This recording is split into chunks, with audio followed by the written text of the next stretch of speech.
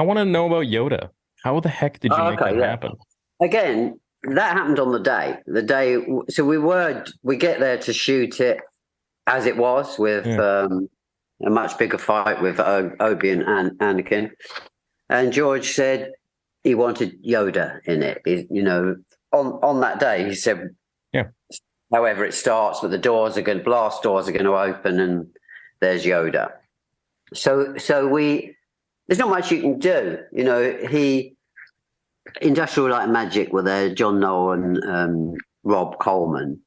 So they had a track of where Yoda was going to be. We were in that set. There was I think Dooku's spaceship was in there. There was a few areas set in there, and we just said to them, "Tell us where he is." There was a little mannequin of him. So they worked out their track of where he was going to jump to. That was the most important thing. So you could do a fight with nothing there. We just do it so that they're going to match into Kyle. Kyle did it. And then they're going to call. So they commentated, not very well. I think I might have done it too. He jumps over your head, and he's landing on the wing of that spaceship. So then he's got to move to there, do another little bit of a fight. So all he did was just a dance with a lightsaber. Unrepeatable. It was different every single time. He did about 3 takes. Yeah.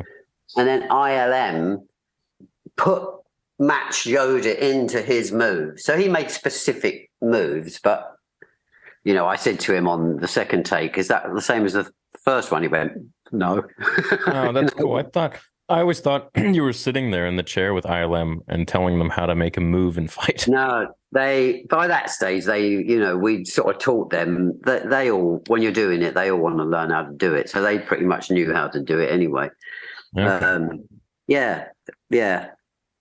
It's not that hard. It's the same as there's a shot in there with Christopher Lee fighting. And that's just him stood like that, right? Mm-hmm. Against a blue screen doing that. And they put his arms and lightsaber in. Dooku's arms? They put Dooku's arms and the lightsaber. So all we shot was Chris doing that. You're kidding. Different moves. I'm telling you. What happened was it's actually a funny story. When he arrived, Chris, on the second one, he came to rehearsals. And he slid a letter across the table to me from his doctor saying, this man must not lift his arms higher than his elbows, right? Because of his blood. He was on some blood thinning stuff. Okay. And I took the letter to Rick McCallum, the producer, and he wouldn't even touch it. He peered at it on his table and then said, "Well, honey, you didn't send it to me. He sent it to you." Yeah. So then, we didn't really know what to do. George said, "Let's have a look at the fight, see how complicated it is, and see if we can adjust it." We went onto the stage and the boys did it. Yeah. And John Noel was there and Rob. And George said, "Well, you're going to have to scrap it, and come up with something else." It was such a lovely thing. And John Noel and Rob had a conversation amongst themselves and then said, "Hey, we think we can take that on. So we can do all of on his close-ups, yeah, we can put his arms in and his lightsaber in." I know it was, when they said it, I was like, really?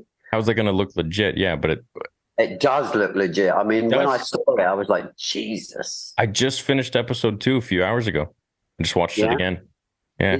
Yeah, I wouldn't even have noticed. And then all the clones were CG too. Yeah.